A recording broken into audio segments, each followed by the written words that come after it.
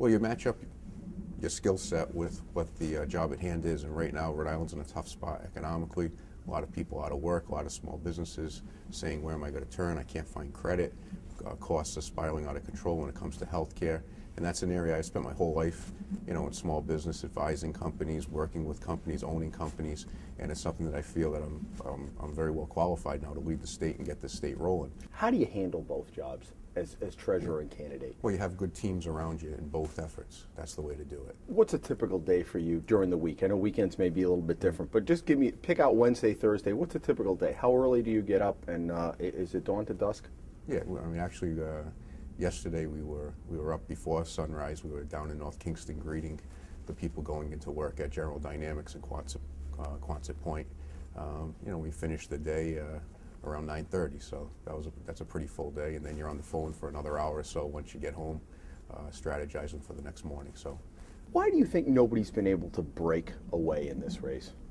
Well, it's a four-way race, so you're only dealing with a few percentage points, so one way or another in all the polls. So we'll just keep working right until 9 o'clock on Tuesday night of the election. That's how you got to win this race, is by getting your message to the people. In my case, I'm focusing on small businesses. I'm focusing on getting Rhode Islanders back to work. I know I'm best equipped to do that, and we're going to keep hammering that until the polls close on election day. And we have a great organization to get the vote out. That's going to be another big factor. Do you think it's a foregone conclusion that manufacturing is a lost cause in Rhode Island, and that we need to focus on other areas, or would you like to see manufacturing bolstered and even attracted? Well, just this week I visited two top-of-the-line manufacturers that we have here in Rhode Island. Wellcon, which is in Providence, and this was a real eye-opener. Did you know that every mass transit vehicle in Massachusetts, in Connecticut, and in New York City is repaired, the engines are repaired on Allen's Avenue in Providence? Really, rebuilt and repaired, manufactured. It was really something that was a nice thing to see, where we had I think about 60 people working in the shift I was there, very skilled, repairing things that are icons around the world, these public transit systems and their engines. So is the thought you need to do whatever you can to keep them here? Obviously, you want them to feel like they're wanted, number one, but also let's create opportunity for the next Wellcon. Then I went to Amtrol down in East Greenwich. You see the facility on the side of the highway. Everybody drives by it many times. But I went in there and toured the facility, and the place is just going gangbusters, and there's hundreds of employees. They're making products that are known worldwide. If you go in just about any home or business, there's probably an Amtrol product somewhere around their hot water tank or boiler. So here's manufacturing right in our own backyard that's world-class, selling to Fortune 500 companies, to homeowners, to the Home Depots of the world. So I think we have great opportunity here. We can't, wear the down and out badge and say, oh, we can't do things here in Rhode Island. Here are companies that are doing it, have done it. So let's get the next Amtrol, the next Wellcon, and give them the momentum they need. Let them know that they're welcome here, and that Rhode Island's a great place for doing business. In the political terms, it's shoring up your base. Yeah. How do you shore up a Wellcon and an Amtrol? Well, in my business experience, I always operated under a premise that it's much easier to keep an existing customer than to lose that customer and have to go out and find a new one. So here we have these existing customers, our employers here in our state, that are doing a great job. So let's make sure that we're there. Let's make sure that we're giving them good customer service. And what do they tell you? What is that customer service from the government? What do you need to do to keep them here? Well, first of all, they look at the regulatory structure. They look at the insurance costs. They look at all the things that are going on with the unpredictability in the tax code. It's things like that they care about, and that matches up with my message, where we have to get out of the way and out of the pockets of the small businesses. That's a short way of saying, let's have a predictable landscape. Let's not be throwing obstacles in their way. Let's not be, many of them say, I get nickel and dime to death. There's always these new fees and new forms that need to be processed and sent in. It takes a lot of time, energy, and effort just to keep up with all these things that the state's thrown at these businesses. John and the Republican Party, they've done a fair amount of attacking and contrasting. He may have not put it out on his letterhead, but he did it even in some instance. So you take issue with his statement that he's not running a negative I would campaign. say, his purse strings were limited, so he couldn't go up on TV with some of the things he wanted to talk about. You expecting a barrage from the Republican Governors Association? Well, they've already telegraphed that they're going to be doing a lot of TV. So the next week, I think most Rhode Islanders will start to make up their mind, not based on what they see on TV, but really what they've seen over the course of the whole campaign and the issues that are important to them now down the stretch.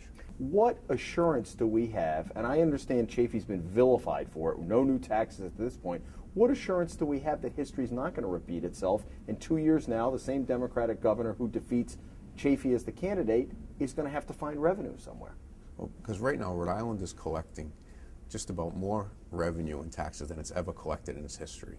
So when you turn back the clock into previous eras where there was no income tax, sales tax was either non-existent probably no car tax either, right? Yeah, there were no car taxes, property taxes were not even something that people noticed. So you're talking about a much different era, and those decisions were real big drivers of the budget. What we're talking about today is we have in Rhode Island, it seems, every tax under the sun. So the issue is, what are you inclined to do? Raise those taxes or hold the line on those taxes? And what I'm saying is, because we have almost record revenue coming in right now, and Rhode Islanders are saying we don't need any more taxes. I'm taxed out. I don't care. Is it record revenue though? Wasn't there a big downturn, or are you saying it's a? I mean, I know philosophically because budgets grow compared to 10 years ago, what the revenue would be, but hasn't the revenue been down? Hasn't been the problem? Here's the landscape. We have almost $3 billion of in-state revenue coming in, and another $5 billion of money from Washington. And that's income tax, sales tax, in-state. In-state, that's the $3 generated by Rhode Islanders. Correct. Okay. And that is near an all-time high. Okay. Okay. And then we have $5 billion coming in from Washington. But we have 3,000 fewer employees and state employees and teachers than we have about 7 years ago, and we have 4,000 less students to educate in the city of Providence and most of the other cities and towns across the state. I'm just giving you the biggest school system to show you that there's fewer students now than there were in the early part of the decade. So you tell me, why do we need more taxes when we have fewer employees to pay, we have fewer students to educate, and we have near record revenue coming in? It's about how the money's being spent. Isn't the reality that it's probably going to take a year's budget cycle to really do some structural change, that you just can't go in here and say we're going to eliminate this, this, this, and this to get it for your first budget cycle? Well, here's the reality, and this is why I'm best equipped to run this office and lead the state. Right now, every state department is going through a budget exercise, and as state treasurer, I had to do it for the treasurer's office. This fall? Where right now, the treasurer's office and all the other state departments either already have submitted or in the next couple of weeks will submit a budget plan that cuts 10 to 15% of their budget. So when I'm elected governor... Not theoretically, but practically. Correct. Okay. That's going on right now. Okay. That's lost in the discussion. At the direction of Governor Caprio, or where's that coming from? Correct. Okay. And then, so what I'm going to do as governor, just like I did in the treasurer's office, is once you get in then, you take all that work that's been done, and then you put your imprint on it, and you submit a budget that's going to be balanced, and you're going to go forward. You don't need to raise taxes. Right now, every state department is going through that exercise. So you've got to have a good framework in order to put in place a budget once you get there in January. How did we go from $1 billion budget in 1989 to a $7 billion budget 2 decades later? How did that happen? Yeah, well, you look at the big drivers. There's the Medicaid and healthcare issue that the state took on. I mean, in the late 80s, early 90s, there was no such thing as right care. And now that's, like a $500 million a year program. So that's how that happens. You look at the level of money that's being spent, whether it's in education, whether it's in all the other departments across the state. You look at the cost of the prisons. That has grown exponentially. So that's how the budget grew.